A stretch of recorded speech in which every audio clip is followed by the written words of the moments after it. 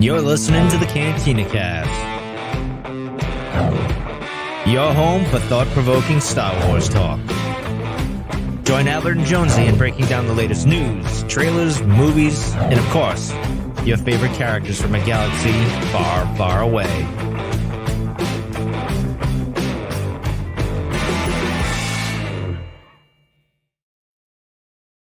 Hello, everyone. Welcome to the Cantina Cast. My name is Albert Padilla, and this is the Waystation, your source for Star Wars news and rumors. Today is November 19th, 2023, and joining me, as always now, is Ed Garcia. Ed, welcome to the show, man. How are you doing? Yeah, thanks for having me. Yeah, it's been a while since I've been on. It's been a day, and we were kind of holding off for the actor strike and the writer strike to kind of wrap up, and there really wasn't a whole lot. I mean, we were kind of squeezing whatever we could out of the news there for a while, but, you know, we're back with some stuff. But, yeah, how's it going, though, otherwise? Pretty good. Yeah, I think in the last 2 Sundays I was at a couple concerts, so that's why I was also like, yeah, I can't make it. I'm going to go see Tool. I'm going to go see the Beaches. Yeah, he's pulling the curtain back now. So that was the real reason. No, he was at Tool, and I don't know. I've never even heard of that band, and some other band, too, as well. But no, we're back, and we've got quite a bit to talk about here. There's some really good stuff that's happened here now that the writer strike's over. Nothing's really been revealed, but we can at least start speculating on what does this do to the timeline in terms of what releases here, both in television and movies. We'll get into that. And happy Life Day to you, sir, and to those who celebrate. Before we get into that, what's your experience with Life Day? Is this something that as a Star Wars fan, you spend time doing and celebrating? Do you get in the red robes? What's your experience been so far? And nothing is a perfectly acceptable answer. I am wearing my Wookiee apron right now because I am preparing a proper Life Day feast. Oh, okay. Yeah, we got some bantha rump that I'm preparing, as well as some chick tuck, which looks like a blooming onion. Yeah, no, we're doing it. We're doing it like Life Day, right? It's the day after, but you know, sometimes you got to do it when you can. Yeah. Wow. I didn't expect, and I saw that around your neck and I thought, wow, he's really into overalls, but I guess it's just an apron is all that turned out to be. So I don't know which is better, but yeah. So anybody that doesn't know, we'll get into Life Day here in a little bit, which is celebrated on November 17th. And there's a whole story behind that as well. But hey, before we really dive into the main stuff, I want to say thank you to all of our Patreon members, especially our now part of the tribe members. That includes Rob, Mike Borda, Lauren, Dante, Riss Bayless, Justin, Jackson, Sharkman Dan, Daz, Isabella, Uncle Leon, Josh C., and Jacob. And a very special thank you again to all of our Delusions of Grandeur members. That's the highest tier, which are Rod, CJ, Alex, Steve C., and Das, who is our newest one. If you guys are interested, head out to cantinacast.com/Patreon and sign up for as little as $2. There's all kinds of stuff there for you. You can get a whole back catalog of a number of shows going back, oh gosh, I don't even know now, 10 years or whatever that is. So again, thank you all to our Patreon members. Also, as far as programming goes, just recently released, if you're a Patreon member, you've had these in your pocket now for a while, but to the public, we've gone ahead and released the Andor 1 year later that Goose and I did a couple weeks ago, looking back, reflecting on the success that was Andor and kind of talking about the political significance and just the significance in the story itself. Really great show, just over an hour. Spend some time watching that. Also, if you are itching to get back into the High Republic, especially now that we are on the cusp, we're well in now into phase 3 at this point. Lauren and I did the breakdown of the Blade series, which follows Porter Engle, and we talk about that story, the comic book series, the 4-issue series, and the significance that it plays leading into Eye of Darkness. So that's been released. You got that. Tomorrow night, Lauren and I will be back here, and we are going to be breaking down All Jedi Walk Their Own Path. That is the short story by Charles Soule that covers not only Bell and Loden Greatstorm's relationship, which I think we're all clamoring to know more about, but then also the fate of a Wookiee named Burryaga. And if you know who I'm talking about, you know how significant that is. So that is all leading up again into Eye of Darkness. And Eye of Darkness, we've got that on the slots. We're going to be doing that here in a few weeks, as well as I'm going to be breaking down Shadows of Starlight. So we're all in on the High Republic Phase 3. It's really kind of the only thing that's out right now. But boy, have they gotten off to an incredible start. Lauren also has done her, not only her sneak peek, but I think officially her breakdown too on the Jedi Novel Archive. So if you want to get a sneak peek of that, or you're into spoilers, or just want to get her take on how that novel turned out by George Mann, check out that video. It's a really good one, and I think you guys are going to enjoy it, especially again if you're waiting for Phase 3. Okay, now that I've got all of that stuff out of the way, let's get back into Life Day. So happy belated Life Day. So this is celebrated on November 17th. This is in honor of something called the Star Wars Holiday Special, which we'll come back to in a second. But I mean, I was trying to think about like, what do you do to celebrate if you celebrate? And I've seen people on Twitter, like they're wearing aprons apparently now too. But I've also seen people like making food, wearing the red robes is always kind of a nice thing. But it's always surprising to me how many people don't know about the Star Wars celebration. And in all fairness, like depending on what time you came into the fandom, this is something that you may not have ever known about, right? Because it is kind of a dark secret. It is kind of like what we don't want people to see, or Lucasfilm doesn't want you to see sometimes for very good reasons. But I guess, Ed, give me your experience with the holiday special. And well, let's just leave it at that. I'm curious to hear what you have to say about it. I've actually never seen the holiday special. What? No, I've never actually seen. I've seen the trailer. I've seen clips. I know like about it, but I've never actually watched the holiday special. Oh my goodness. Okay. Well, all right. Well, take a note, because at some point I may have to get you behind camera in front of a microphone after you've watched it and get your just raw gut visceral reaction to this. Like we do our own holiday special of the holiday special. Right. And every show has done it. Honestly, we've stayed away from that just because I don't know that it makes for great television. But I think your perspective as someone who is a big Star Wars fan who has never seen it, I think would be totally worth it and totally worth that breakdown. And I don't know, we can get into theory and speculation if you want, but it's 70s variety television at its finest or worst, depending on how you want to look at it, right? Mixed in with Star Wars, and someone was drunk. I mean, there's no other explanation as to how this thing happened. It was the 70s, so a lot of cocaine. A lot of cocaine Definitely was in play here. And I rewatched the trailer just before we got on here, just because like I haven't seen it in forever. And like the disco Star Wars music is the best thing that's ever existed. Like that needs to come back. Yeah. I feel like the reason, I don't know, like why Life Day isn't really celebrated that much, right? It's such an Easter egg for a lot of Star Wars fans that like most people, I think a lot of just kind of fringe Star Wars fans, people who've just watched the movies, they don't even know the holiday special exists. Nonetheless, like this holiday within the holiday special, right? Right. So also, if you think of like, how May the 4th has blown up in the last, I don't know, decade or so, like that's in most people's mind. Is there a Star Wars Day? Yeah, it's May the 4th. And some people, if you're on that side, the Revenge of the 6th, that might be your day. But yeah, those have become the Star Wars holidays. So like the holiday special, the holiday we're celebrating in the holiday special, that's just been forgotten. Yeah, no, all good points there. 80s kid from the 90s with us, as well as a number of other folks. Thank you guys for being here in the live stream. Since I forgot about Life Day, I was looking forward to it this month. At least we have May the 4th. Yeah, which is, and arguably people, not to digress too much here, but May the 4th versus May the 25th, right? There's always a debate about which is really truly Star Wars days, but you get it. So there's if you head out to the website, they've got all kinds of stuff. I mean, there's recipes out there. I've seen cosplay things that they've done if you want to get into character, get into costume for that. But on the cusp of all this, and I'm going to play this in the background just while we talk about it, there is a movie that is coming out, a documentary. It's called The Disturbance in the Force.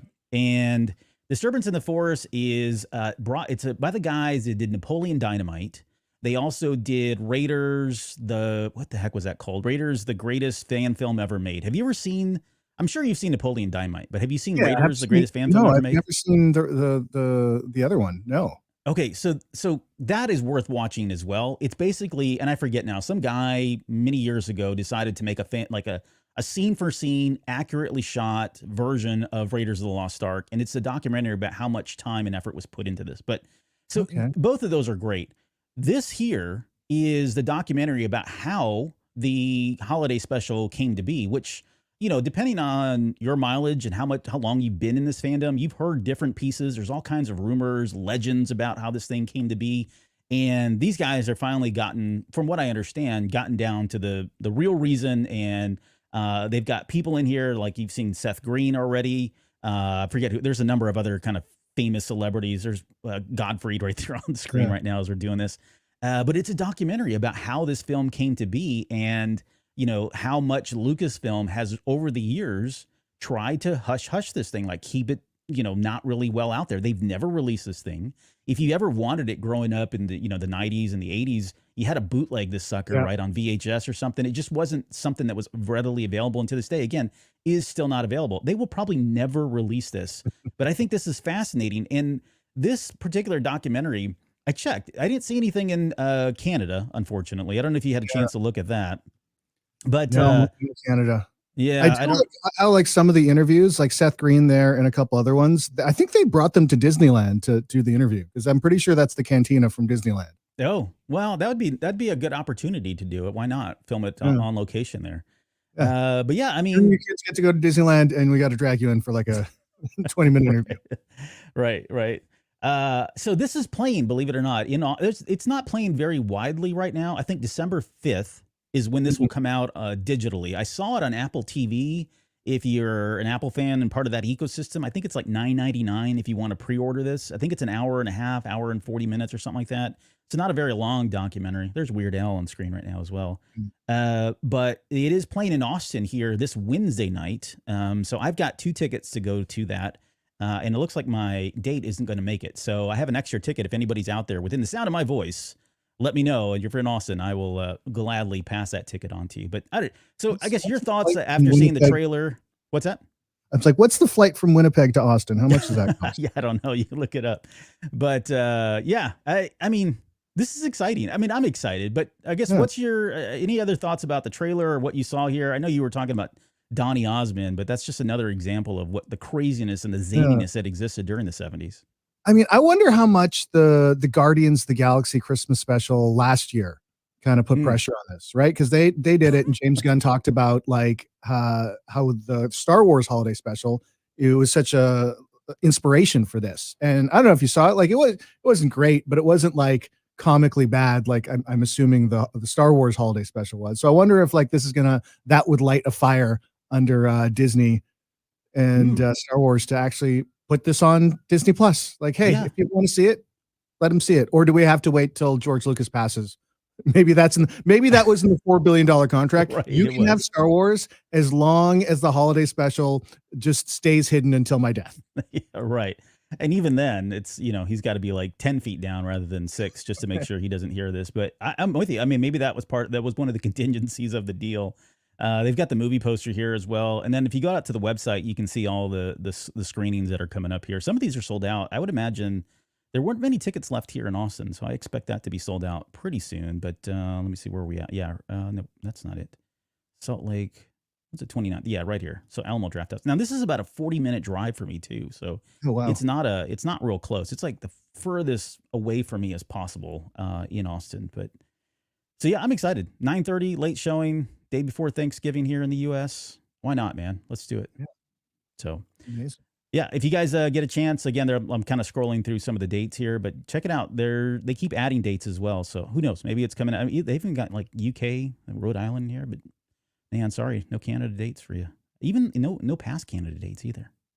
Yeah, what's up with that? What the hell? Not even like a Vancouver or Toronto? Nope. I get them skipping my city, but not even Vancouver, Toronto, or Montreal? Nope. Oh, that's cool. I didn't notice that. Los Angeles is going to have Seth Green, Paul Scheer, and Cal Newman all going to be there live doing a Q&A. So, yeah. Cool. And Cal Newman, who's very famous for Star Wars stuff, Fanboys, and a number of other things he's done, but he's in the documentary as well. So enough about that. It's great. Take a look. I hope maybe we'll come back and do some kind of a breakdown, or maybe I may just give you guys my thoughts and opinions on the documentary. But highly recommend this if you have any interest. Bootleg it with your phone so I can watch it. Okay. Yeah. Let's take that Put off. Your iPhone on your knee. We'll edit that right out of here. All right. Let's see. All right. Let's talk about the. All right. So the big news, I guess, that's happened here within the last 2 weeks is that we're finally past the SAG AFTRA strike. And this is a good thing. It sounds like everybody got what they wanted. Maybe not the execs. But I guess what's your take on what you saw as far as like the outcome and how that bodes well for just actors in general? And then we'll kind of segue into Star Wars. Yeah. I mean, to me, it's just so crazy. It took this long. You know what I mean? Especially after like the writers got done, you figured like, okay, we'll just get that done quick too. And it took like what, a month longer after the writers are done. I guess the execs really wanted to, put their foot down on the AI stuff, but so did the actors. And I feel like, yeah, I don't know. I guess strikes work, man. The actors are protected. The lowest paid people are being protected, and it's better for the industry. I mean, it's what we needed. It's what we need for the shows and movies we love to continue. Because I don't know if you looked at the fall schedule, not just for Star Wars stuff, but for everything. Everything is just like there's nothing out there. Like there's talk shows, there's game shows, and reality there's nothing TV. new. Yeah. This feels very similar to the last strike we had, where suddenly we were just in the tsunami of like live reality shows. Like every possible reality show you could think of suddenly was greenlit and just go. I mean, they went with it, whether it made sense or not. But yeah, I would agree. Like this seems like they got. I mean, they're like the big stuff was in here, right? They got protection from AI. There was I was trying to remember what the other stuff was. The streaming participation bonuses. That was the one that was shocking to me, that a lot of these folks weren't getting any kind of revenue, right? Kickback. What the heck is all that about? Yeah, because that always used to be the thing, right? If you're a writer or you're an actor, as long as your show got picked up in syndication or whatever, you're laughing, right? You can go make that $100 a week or whatever that check is, and it'll just keep on coming in forever. Right. Keep on coming in forever, and you can go do other projects, or you can just live. You know what I mean? You don't have to have a second job. You can just go be an artist and work on your craft instead of waiting tables. You can get that friends money. Exactly. Yeah. Right. But I think overall, $1 billion, I think, is what this deal finally came out to when they kind of put a number to it in some way, which is not a small chunk of change, of course. But I think the worst thing that's come from this, and all this is great. Like I'm so happy they finally came to inclusion. I'm with you. Like I don't understand why it took so long. This feels like retaliation against Fran Drescher because of her accent in The Nanny. Maybe, I don't know. That's just my conspiracy theory.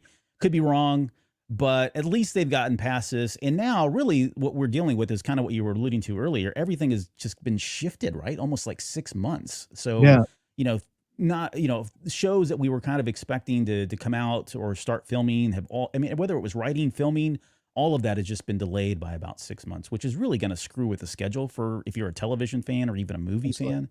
But getting to Star Wars, let's talk about Star Wars. So we're gonna kind of use this as we didn't really pull anything from this link, but we're just gonna use it as kind of a visual. So let's talk about Skeleton Crew. So this one and Acolyte, I'm gonna just kind of lump together because they were already done filming. There was nothing left to do. They had filmed. They were done writing. They were kind of in post-production at this point.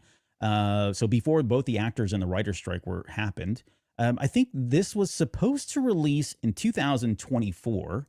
And my guess is because they were already in that state and we're already now in November, I would expect these guys to come out. I would say like early. I wouldn't say Q1. That seems maybe too aggressive. I think it really just depends on how.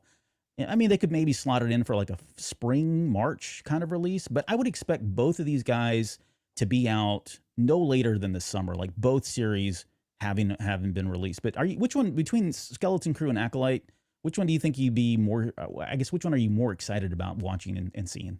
Ooh, I don't know if it's always like, I don't know, when there's a new show, I'm always like, yeah, I'll check it out. I don't know if there's like one I want to see more than the other. I wonder if like waiting this long is because another thing with the writer strike, or the actor strike rather, they weren't able to promote the shows, right? They weren't able to go on talk shows and talk about their new shows. And if you've seen like the box office for the Marvels for the past couple weeks, it's been abysmal because, for the longest time, they weren't allowed to have Brie Larson or whoever on the Tonight Show or on the Late Show to talk about this upcoming release. So I wonder if like Disney saw that and they're like, ooh, you know what?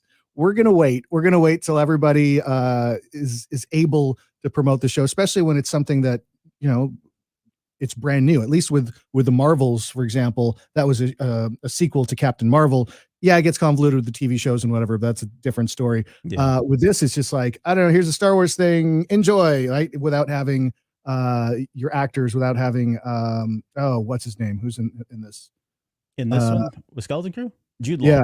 Jude Law. If you can't have Jude Law on Jimmy Kimmel or something, that probably helps a lot more than just like, here's a new Star Wars thing.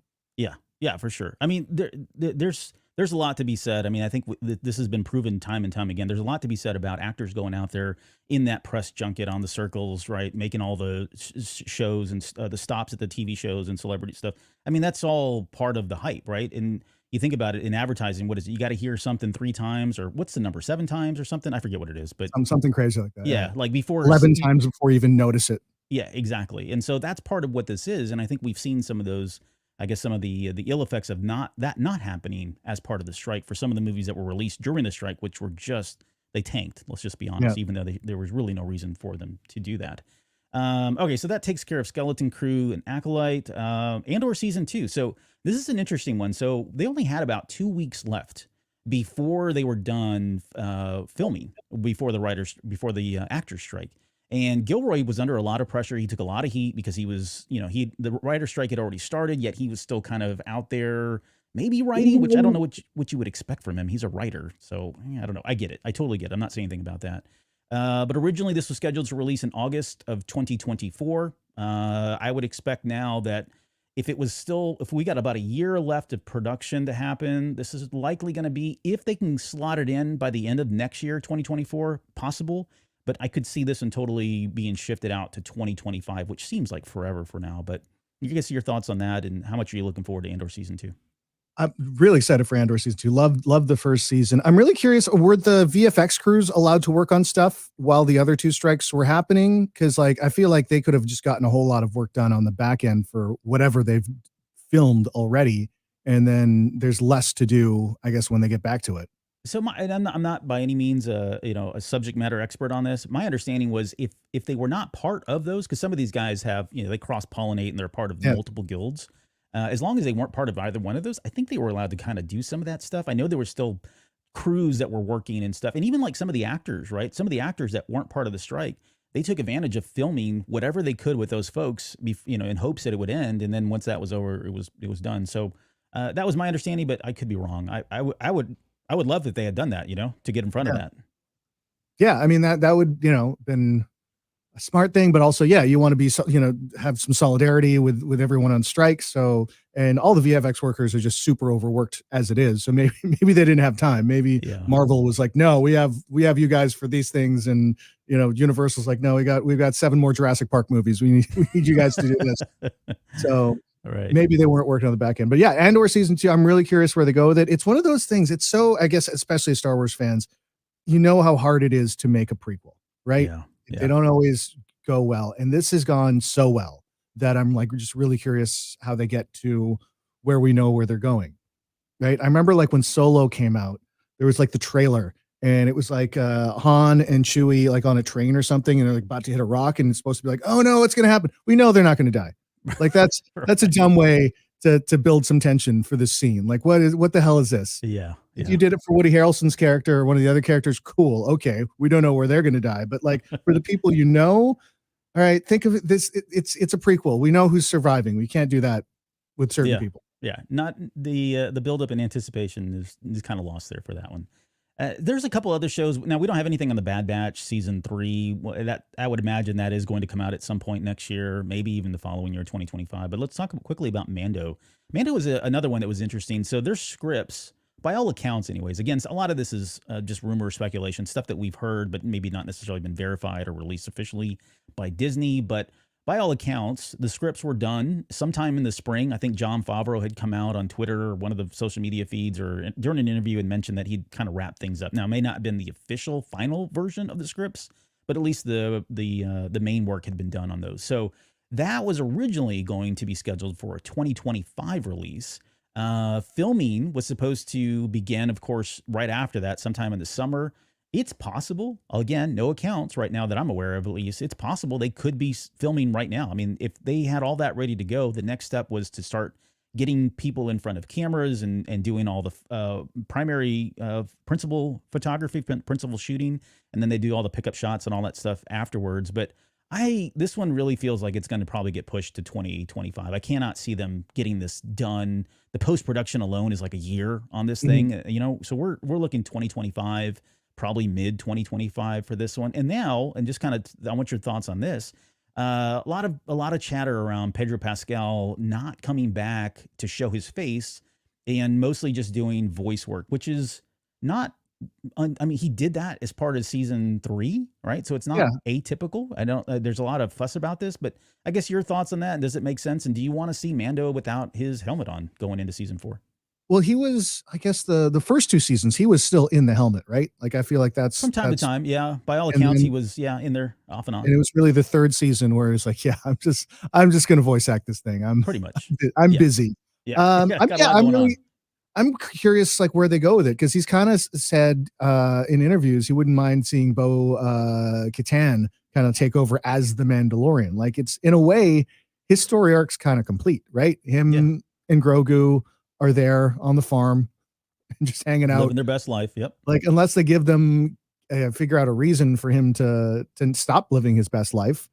Like, maybe the Mandalorian part of the Mandalorian is done, and it's time for other Mandalorians to take over the role. I don't know. I'm kind of curious what they have planned, what they're going to do, and where they're going to move forward with that. Yeah, and I would expect him to kind of be there, and suddenly he gets a visit from somebody like Bo-Katan, Yeah. or maybe even like a Sabine Wren, depending on if and when she comes back. But someone is probably going to give him that call to action, right? Yeah. Hey, you've retired and things are great, everything's fine, but we need you. And there's a couple times I forget which season. Well, it was in season 3. I just don't remember what episode, but I think there was one in there where you got the sense that he did feel like he owed a lot to Bo-Katan for what she did for him, as well as a number of other folks. So I think hearing the call to go reunite Mandalore or expel the Empire from Mandalore, or go up against Thrawn, should he be kind of like the big antagonist for whatever that story arc is going to be, I can see him being the muscle that comes in, and so he still gets to be part of all that, but it's not really his story, right? It's not really focused on him. It's more of a ensemble cast,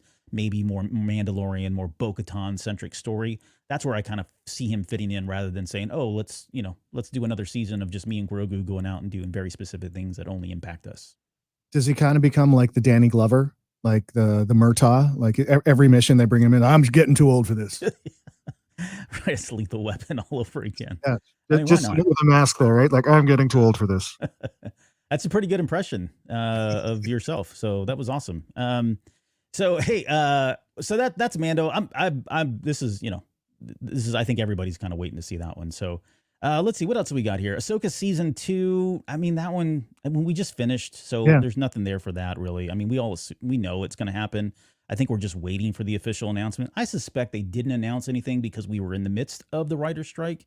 But now that that's over, the dust is settled. It probably is just queued up, and it's only a matter of days, maybe weeks, months before we get an official announcement that season 2 is going to happen. So looking forward to that. And then let's talk about the movie. I did pull that up here. That's kind of our last one, but the Jedi Order movie. So now this one was filming, allegedly was reported to begin in April of this year. Of course, that didn't happen. So I would expect that filming is probably not going to start right now. Maybe it could. Maybe they're doing prints, like, some of the initial photography type stuff, initial filming. But I would expect the filming to officially start sometime next year, which means that, let's say I didn't even think they had a script. I forgot about that. So the script wasn't even done. I'm almost putting this originally. I think this was slotted for like 2025 by, most people kind of guessing and, sticking their thumb in the air.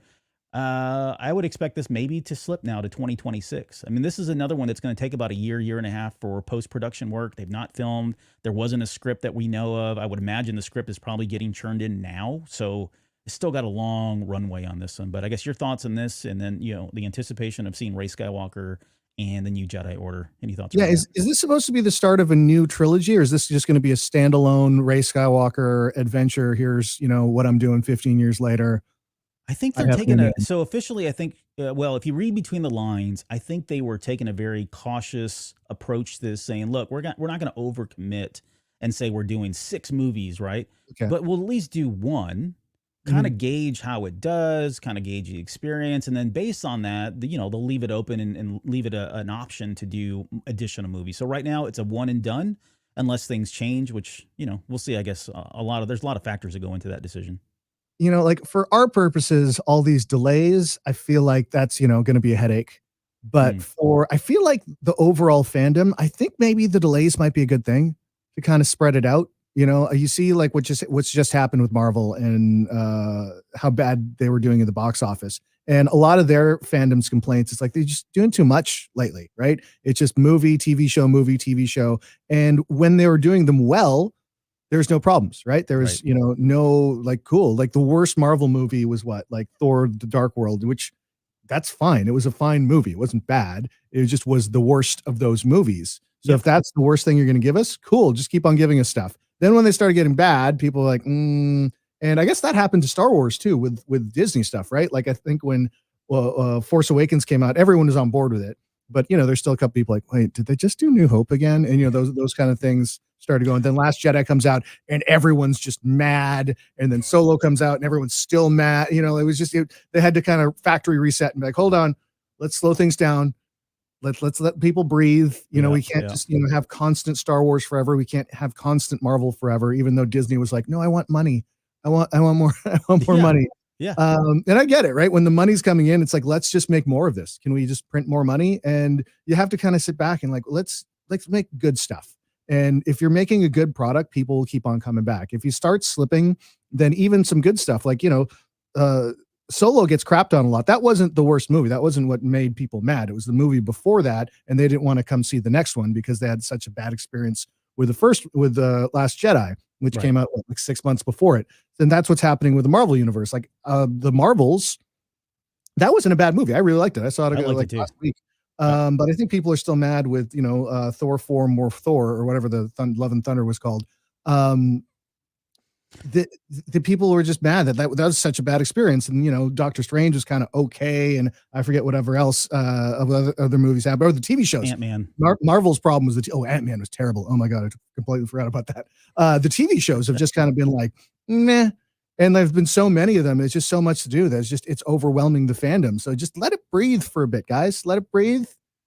Not too long. Don't wait 5 years like it used to be back in the day. Just wait a little longer than you think and let people miss you for a bit. Yeah. I think there's some truth. And I think that's, if you, again, read between the lines of what Kathleen Kennedy has said, she said as much, right? That that they acknowledged there were probably was an oversaturation, all the dynamics of people liking and hating things and the fandom at that point, what happened there, the outcome, all the fallout that happened from Last Jedi, which I thought was still a great movie. And we said as much too on this show, right? I mean, at the end of the day, Disney is a company. They have an obligation to investors to ensure that the money that's being invested into their company is profitable, right? And so how do you profit, right? You crank out more material. And I said that if there was one company back in 2015 when the purchase was made, I said if there was any one company that could do this, it was going to be Disney. And it's a very short list of companies that could actually crank out a ton of content, a ton of good quality content. And I've been pretty happy with it, but I'm kind of biased. I like you said, I don't know there's a bad Star Wars movie. I don't know there's even a bad Marvel movie. That's how much I love Marvel, but I'm not the majority. I get that, right? I'm probably I'm the small minority group here. And when you're talking about general audiences and those age, the 18 to 30 age range, which I'm not part of, that group, when you're catering to that group and that makes a huge base of what your income is, I get it. You're right. You kind of have to reset. You kind of have to take a deep breath, pause things, get back on track. And all of that makes sense. As far as this movie goes, I mean, I loved the fact that Daisy Ridley is coming back to do this movie. I think most people, even the people that were opposed of the sequel trilogy, I've seen a lot of respect for her character. Now, there are a lot of people out there that felt like she was a Mary Sue, and I'm using air quotes there, or she was too powerful, too fast, that kind of thing. And again, they're like the one percenters, man. They're not speaking for the general fandom. Most people enjoyed her character and even the sequel trilogy, if we're being completely honest here. So anyway, all that to say, I'm excited about this. It does feel like it's going to get 2026, which sucks because it's still far away. But, hey, if they take their time and they've got a good story, we got Daisy Ridley coming back, so we got some cool expectations in terms of what we can expect from her already. We know that she's capable of doing this. She's got a great character. It's going to be a good time. I'm looking forward to that movie. All right. Definitely. Yeah. Yeah. All right. Let's talk about, I want to talk about this really quick. So on Life Day on the 17th, if you are a fan of Star Wars, The High Republic, they released this Jedi lightsaber. This is Stellan Gios, and I won't get into his story. He's other than he's an incredible Jedi Knight that lived, during the High Republic era, which was 200-300 years prior to the Phantom Menace. I don't have the exact date in front of me right now, but they released this exclusively to the parks. This is a lightsaber. It's a cross-hilt lightsaber, which was kind of unique for him. I'm going to switch over to this screen because this actually has some really good pictures. Now, this is it came in this wooden box. It has the lightsaber. It had a comic book that you can kind of see right there. That was a collection of different stories that had starred Stellan Gios as well. So you kind of get that in there. And then optionally, you could buy this, the inserts, right, to make this lightsaber glow, which you can kind of see here. His lightsaber was blue, and I don't know if that really is coming through or not. But all of this was, so if you were a fan of the High Republic, you knew this was coming out. Like this was, everyone was talking about it. 5,000 of these things were made. They were going to sell some online, and then the rest would be released into all of the parks internationally. So it wasn't just like a Disney World, Disneyland. It was all the Disney parks across the world, anything that was going to be left. This sucker sold out in minutes. And this was, so US all in. So I think I paid, after shipping, I paid, and I got one. So I've been bragging. I'm sorry. I'm so excited about this. But all in, this sucker was $350 after shipping. And you got a cool box in this plastic lightsaber. I guess your thoughts on that. Is that crazy? How much do you know about this character? Do you like the lightsaber? Have you gotten it yet, or is it still? No, it's still on the way. It's on the yesterday. Way. You were like just reset, like refresh. Shut up and take my money. Just let me have spamming, and the website was giving me all kinds of errors because I guess I wasn't the only one that was doing that. But I had a few errors a couple times saying I could, my product wasn't found. And eventually just brute force got my way in and got one of these ordered. But yeah, that was me. As soon as you get it, are you going to see if it's going to give you sight beyond sight? That's a deep cut, man. I don't know if our listeners or followers even know what you're talking about. Alex is here. Alex knows exactly what you're talking about, but maybe Kat as well. I'm not sure who else. Like the first thing I thought of was the Eye of Thundera. It's Lion-O's sword, except it's a lightsaber. And I was like, oh, I had Lion-O's sword back in the day, but that's cool. You had Stellan Gios sword back in the day. That's what it was. But Lion-O's swords are like, does this shrink like Lion-O's did? Remember, like Lion-O had like the short version, then he could make it like the big sword version. No, this doesn't do any of that stuff. No, I mean they can adjust the length of the blade. There's a little knob on there that they can do that. We know that for a fact, but beyond that, no, nothing like that. It's cool though, because and I don't think they have a picture on this. Let me see if they do. The cross guard part of it, that actually folds in. Oh yeah. It's like a little umbrella. Yeah. No, they don't have one. It also comes with a certificate of authenticity, cool box. I don't know. I'm so excited about this. Like it was announced a couple months ago, and it was, I was like, first thing I remember waking up on Thursday morning thinking, I got to get this thing. So yeah. Let's see. Dante says, I was going to get it, but forgot to be ready for it to drop. I'll be okay. Yeah, I'm with you. I mean, a lot, even like Jonesy was like, wow, that's really cool, but wow, that's really expensive too, especially for a plastic one. I by all accounts, it feels like from what I've seen people talk about, it feels like it's heavy, so it doesn't feel like cheap, but it's not metal. It feels like, I think it is mostly plastic. So, what is the lightsaber collection looking right now? I've only got 2, believe it or not. Okay, this would be my second one, and the other one is back here. It's the Jedi Survivor. I don't know if you can see it back up here on the shelf, but the Jedi Survivor special edition, collector's edition that came with what's his name, Cal's lightsaber in there. I have that one, but other than that, I'm not a big lightsaber collector. It just, although also released on this day, which we don't even have this as a talking point. Also released the same day was Kanan's lightsaber at the yeah. So that's the first time they'd ever done that. And I think that was much less. I think it was like $160 or something if you bought it at the store or online. So I don't know, man. I guess I'm a lightsaber collector. I don't know. Maybe I am. It's how many do you have to be considered a collector? So like, does this make 3 or does this make 2? This makes 2. This makes 2. So I think 3. You're in. You're part of that club. Yeah. All right. Well, this is exciting, and I'll do some kind of an unboxing. We'll bring it on air and do all that stuff because I got to get my money's worth out of that sucker. Before we wrap up here, just a couple more stories. I don't know how much you care about hunters at this point, or if anybody cares. Again, this is the Nintendo Switch Star Wars game that's kind of like an arena Fortnite version thing. I don't know. And it's been released internationally. People are out there playing it now. I know they are because I've seen videos and there's all kinds of stuff posted, but it has not been released here in the US for whatever reason. It's now been pushed to 2024, and I'm just getting real tired of. I mean, I bought a Switch for this stupid game, and that's still not coming out. But any interest in this sucker? I mean, I feel like I'd rather have a delayed game than a game that's rushed, right? Like if you have a delayed game, they're trying to fix the bugs. They're gonna, hopefully it'll be a complete game by the time it comes out. If you rush it, I think it was like Cyberpunk 2077. Like people are so mad about like how long it was taking, and if they're like, fine, here's the game, and it was full of bugs, and they're like, how come you didn't wait to send a game? You guys are being impatient. You guys right. And like they actually fixed the game. I think like a couple months later they figured out all the bugs, but by then the reputation of the game was like it's this buggy, stupid game, so nobody wants it. So it's like you're better off just delaying. Don't even tell people when you think it's going to come out. I know that you have to for marketing and getting people excited, but like I don't know, under promise, over deliver. I think is the way to go. And I think this should be a fun game. I don't think I have. Yeah, there isn't a game on Switch, is there right now? I don't think there's a Star Wars game. No, not that I know of. Not on Switch. I think this is the first one. I could be wrong on that, but maybe they released one of the racing games. I think. I don't know. Maybe I can't remember I had like a Star Wars first-person shooter on Xbox, and I hated it. I think I played it twice, and I'm like, no, we're done. The controls are just like off, and I was like, no. There is a market for somebody to go through all of the Star Wars games and play them and document them and all that, right? Or a podcast or a Twitch series, YouTube video series. Who knows? We've talked about it here before.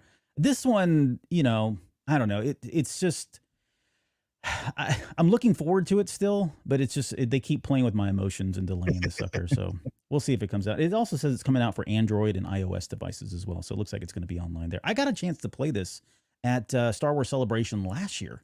And it was in a pretty final form as far as I could tell. I went and played like 30, 40 minutes of it, and I loved it. I thought it was great. It was a lot of fun. A lot of action, but yeah, we're going to have to wait even longer. So, all right. Well, let's close on this note.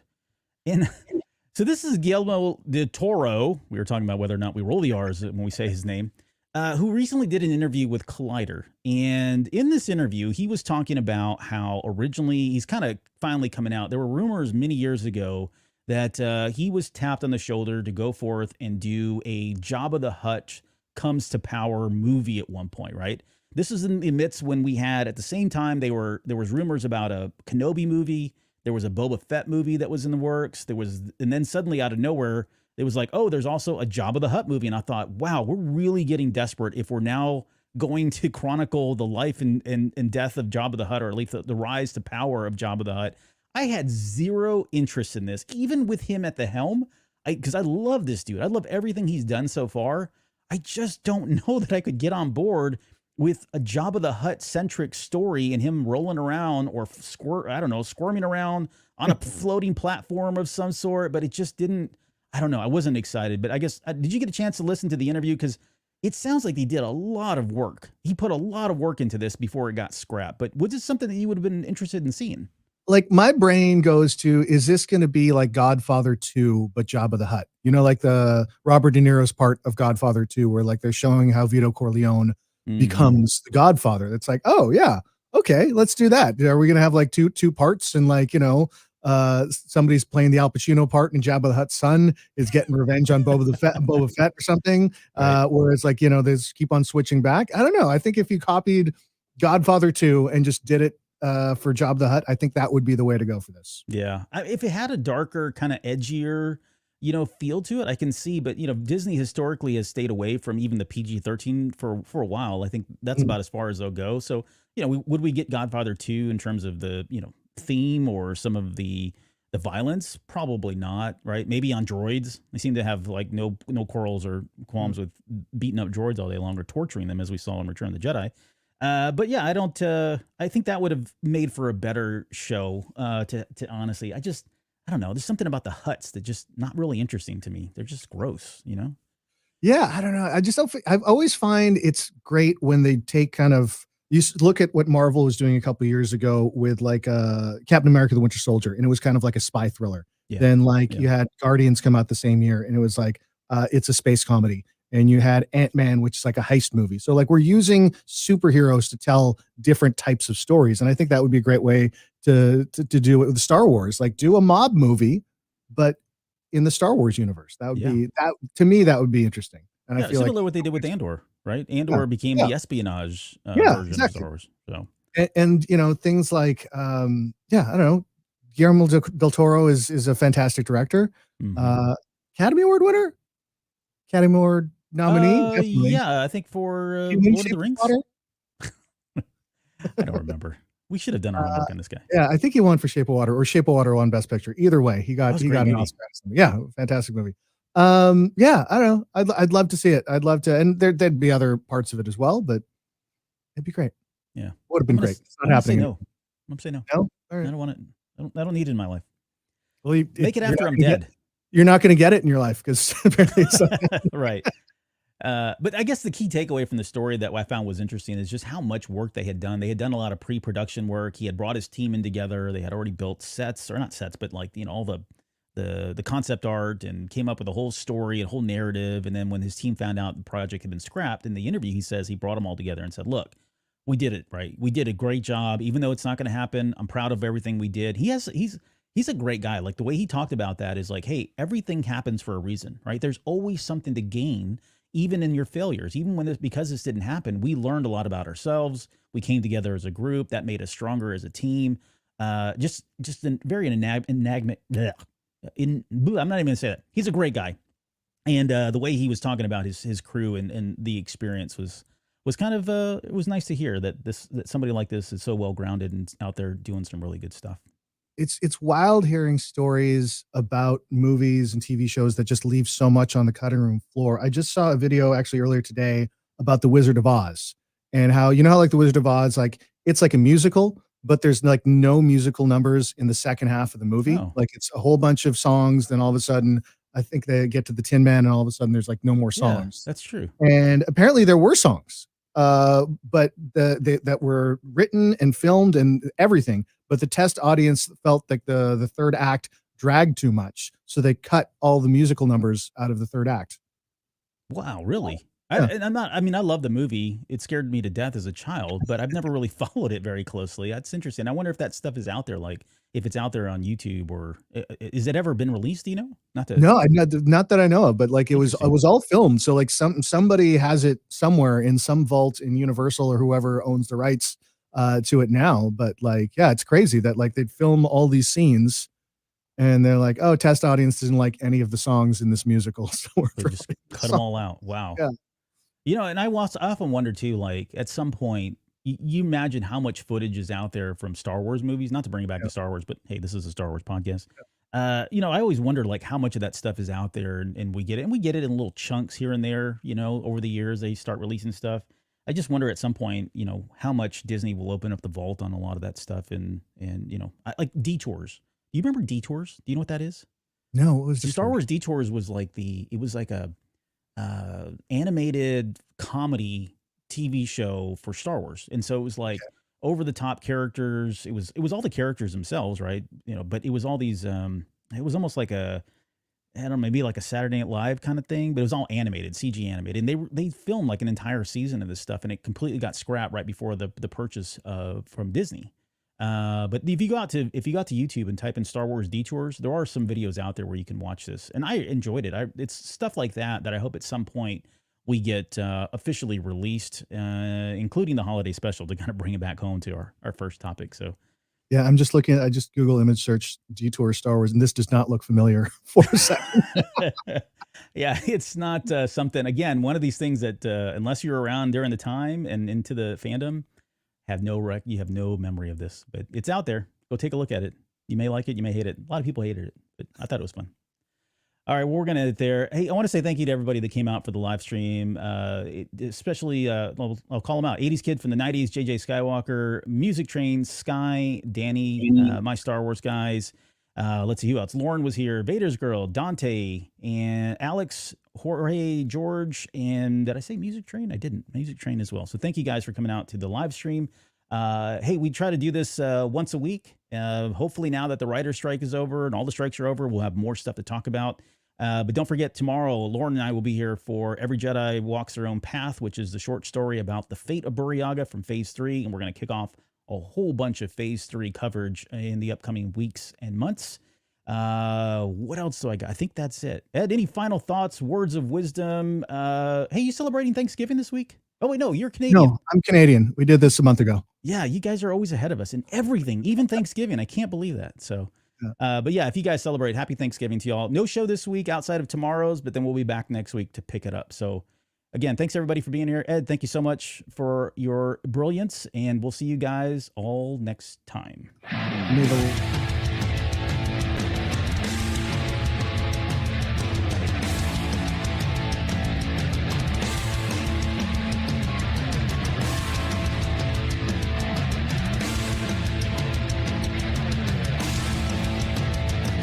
You're still listening? Wow, that's amazing. Well, I'm here to give you the disclaimer. Normally we do a big, long, drawn-out disclaimer thing saying what's what and who's what and all that other stuff, but I think you guys kind of know that Lucasfilm and Disney have no affiliation with us at all, and we have none with them. We talk about Star Wars, which is their property and all that other good, fun stuff, but I think you can tell which is our stuff and which is their stuff. If you can't, well, then send a lawyer to send an email to me, and I'll be glad to chat with them. Other than that, you know what's what, so that's your disclaimer.